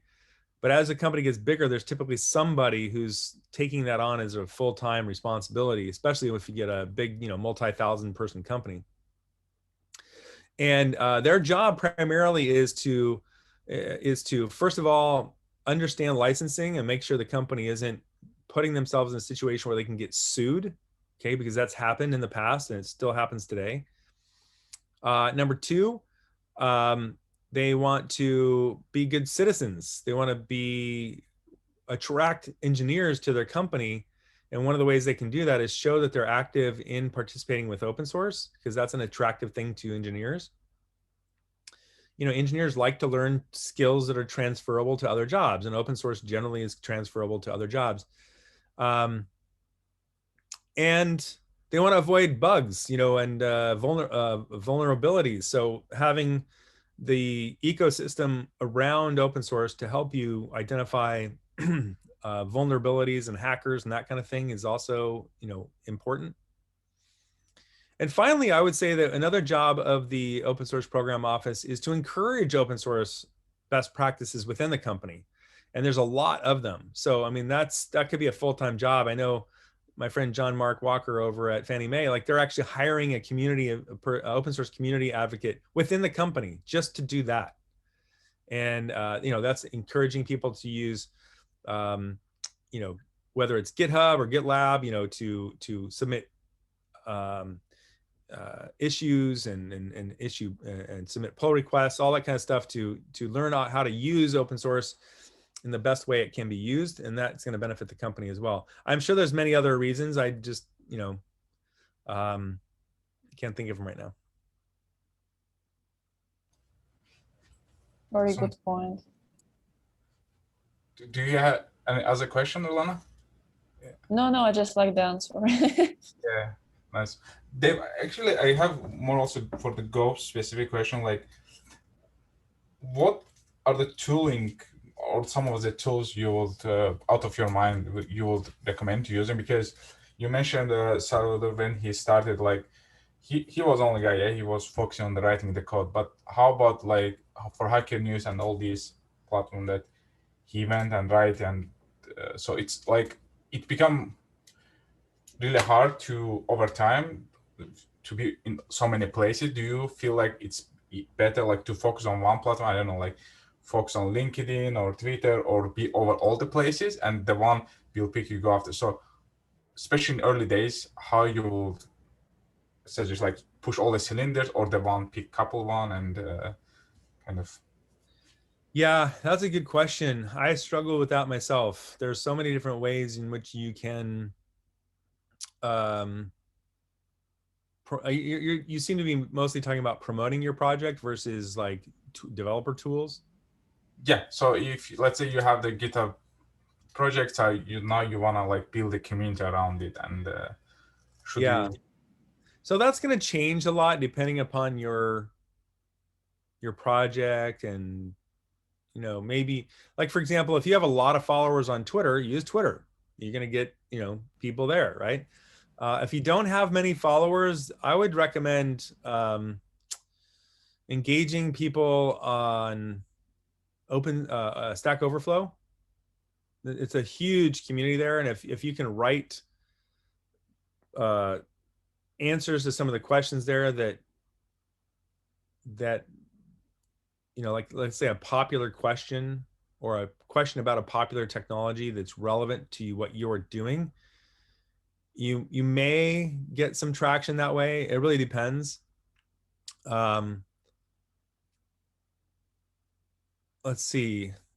Again, like I said before, having your own Google group, like no, just be clear. Nobody's gonna go to it much. But if you are active in engaging people, it's a great way to like get them to submit. Like ask them, hey, would you submit your question into my Google group so that people can see in one place that here are all the questions, right? So you know, I have seen people use LinkedIn successfully, but I wouldn't say it's a strong tool, but I have seen it be used successfully. I also have I'm not a big fan of Slack for getting started. It really depends. Maybe offer Slack, but only if you use it yourself, because what you really want to do is to answer questions quickly. So if somebody likes using Slack and they want to ask you a question, then and if you like using Slack, then you know you're already there, they're already there. It's convenient for them. They can ask you a question, but nobody else is going to really know that they asked you that question. So you might want to then ask them to post it into your Google group. And if you don't mind paying money, I like Discourse for forums, Discourse forums. But usually I wouldn't use that unless you get some traction, because you know you don't want to pay $100 a month or whatever for, you know, one question a month, right? That's just kind of pointless. Also Discord, instead of using Slack, some people are using Discord. So maybe if your software project is very consumer oriented, Discord might actually be better because they might be more likely to use Discord. Gitter is also pretty good if you're using, it's like a free forum for, you know, it's like a web-based Slack kind of. Gitter's not bad, so maybe use that if you spend, like a lot of the real open source folks like using it. But I can tell you one thing is, don't get too distracted. Like really work hard on, you know, making your project a good project. Like don't take your eye off the ball. That's really important. And then also, wherever you start finding your first users, make sure that whatever tool you're using, they are happy to use, because the worst thing in the world is to have like your best user not want to engage with you because you're using some tool that they don't like. It's really critical to get your first users, your first followers, you know, to stay engaged. They're going to help you more than anybody else. And that's going to matter more than what tool you're using. Yeah, actually, that's a good point, Dave, because we have right now, because we're doing mainly events focusing, and we build kind of in Slack 1,050 around people. And the idea is just to grow up like this, as mentioned, events, training, and then the project part, which is going there. But the question would be, is it a good time you think we should take them and move to Discord, where probably we're going to have the churn and some people at some point I will don't join? know. I don't know. Honestly, I would maybe ask your users. By the way, the number doesn't matter. What matters is the amount of active people. Exactly. All right. So maybe you have 1,050 people, but maybe only 5, I don't know, maybe only 200 of them are active. Yeah. You know, So usually we see that those others might not matter. activity they log in, because in the log Slack you can see that they are actively checking, but as you said, they're not either commenting or not using emoji to let them know. So that's kind of people kind of they're getting the value at some point, but they're more like most of the time you see that they're going underwater, like, and Yeah, that's I don't really worry too much about people who aren't actively engaging. Lurkers are okay though. Like like if you have people who are logging in and watching stuff, those people are actually reasonably valuable, because at some point they will chime in, and you know they're looking because they're for a reason, right? Like they're paying attention because they see some value in it.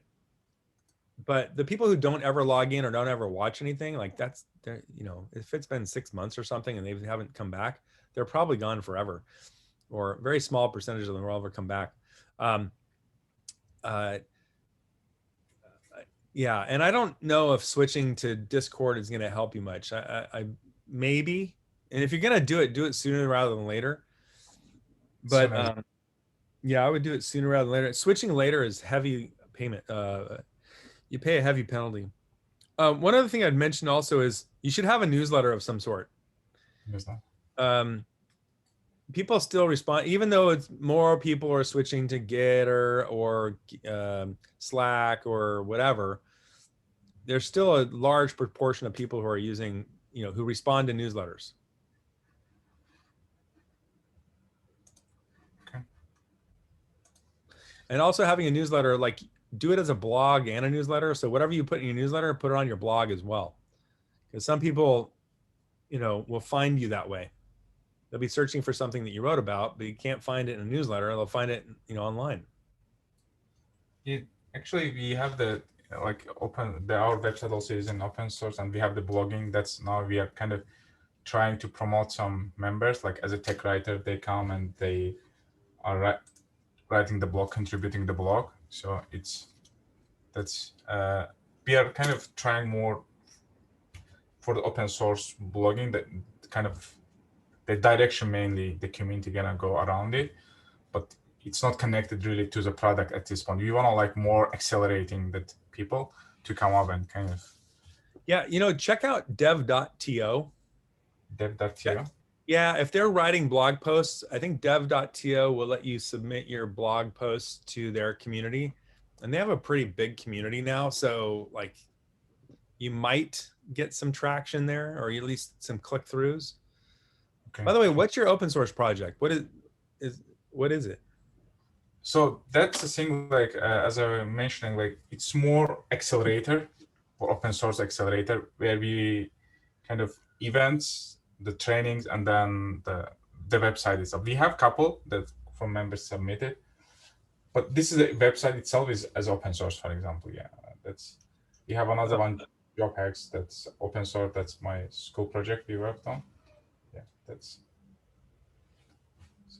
All right, we'll have to check it out. Yeah, that's so the sessions we put here, and then we basically the website itself, but we want also more the product wise. The job hacks is one of them. Like if you go to jobhacks.com, it's open source, for example. All right, I will have to check it out. Yeah,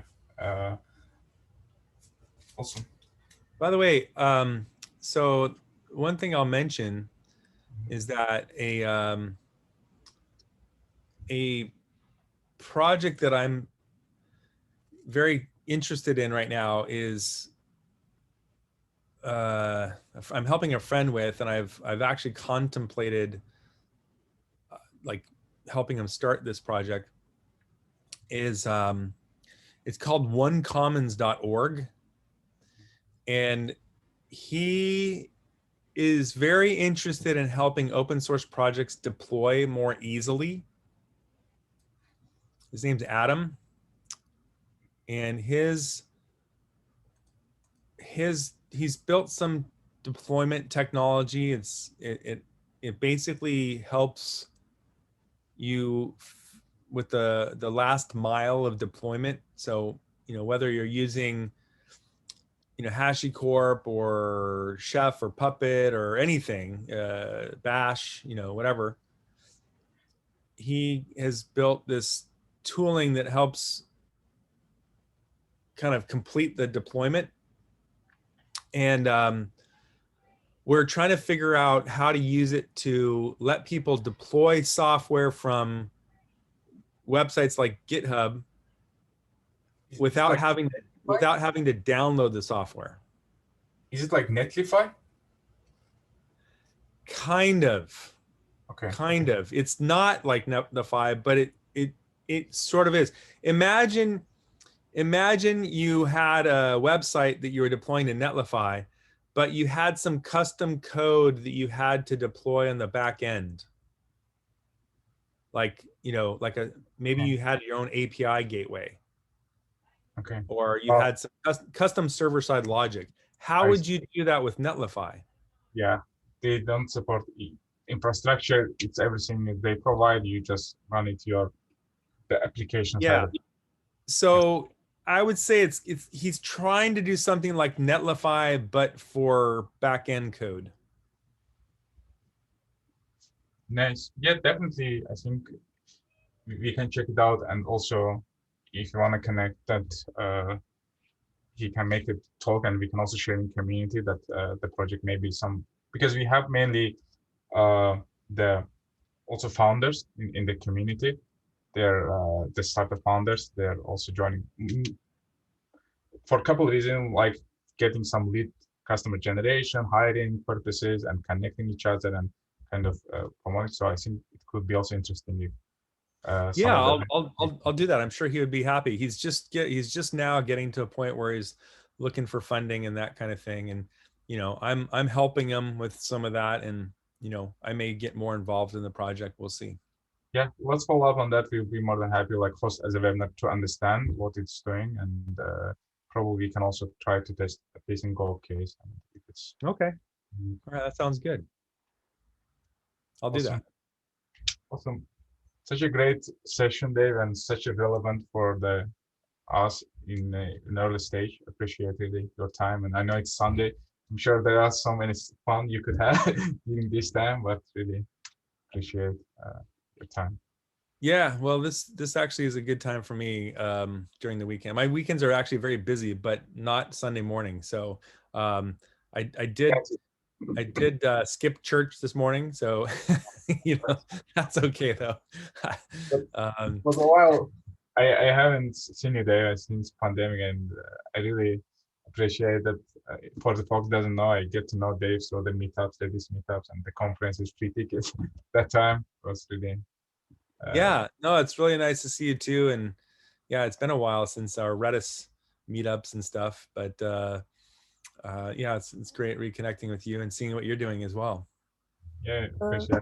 You said that you skipped the church. I think today is a holiday, yes? Well, it's Sunday. What holiday is it? I know it in Russian, not in English. Pascha? No, вербное воскресенье. Oh, okay. The Sunday of, how to say, 1-3, maybe. So maybe it's there is different type of. But it's not for Catholics. Yeah, well, I'm a Unitarian, which is sort of an offshoot of the Protestant religion.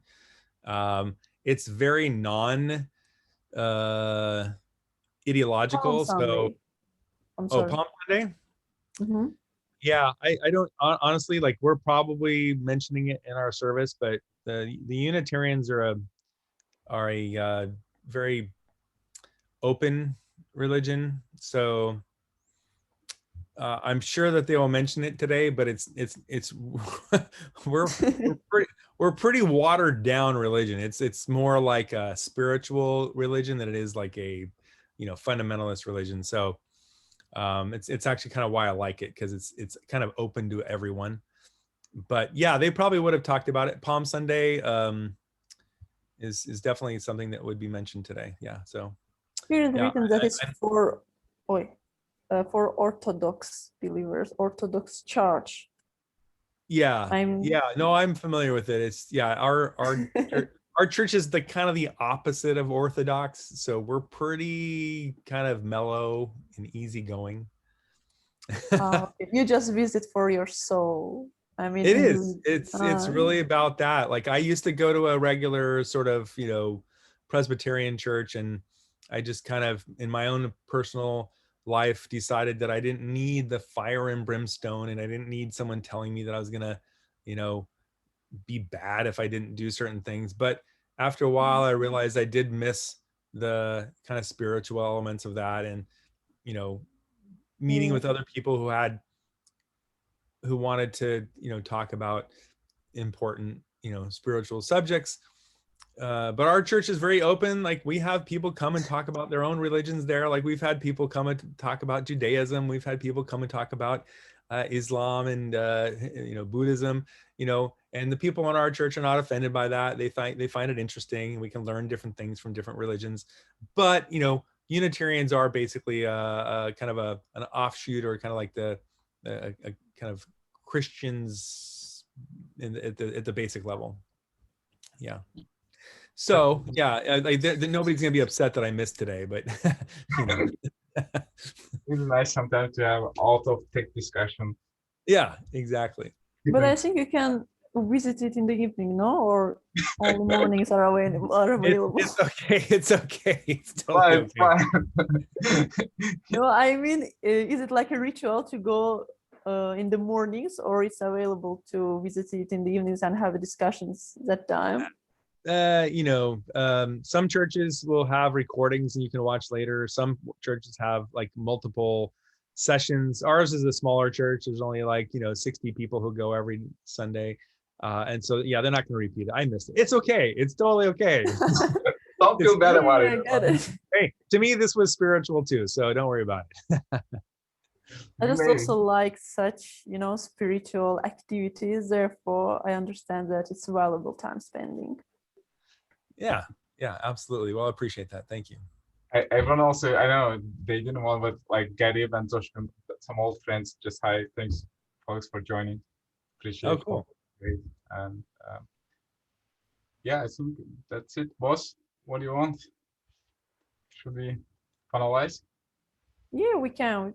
We can move to the next slide, which is wrap up and thank you part. It's amazing. Like it's supposed to be short, like over 2 hours. It's really amazing. Such a great time. All right. Are you presenting, or am I still presenting? Oh, you can change the slide yourself. That's no problem. Oh, okay. I just stopped. You can. Still people joining. It's really fun. End of the party. So, okay, that's. You can also open an issue on GitHub. We'll resolve it as soon as we can. And the main thing, thank you everyone, all the participants, our speaker Dave Nielsen. Thank you so much for your efforts, patience, very informative and insightful session. It was a big pleasure to listen to you today.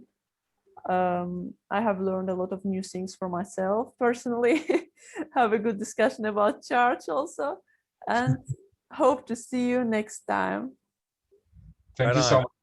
Appreciate it. Kudos. Yeah, you're very welcome. All right. Thanks, everyone. Have a good evening. Have a good evening. Bye-bye. Bye. Bye. Thank you.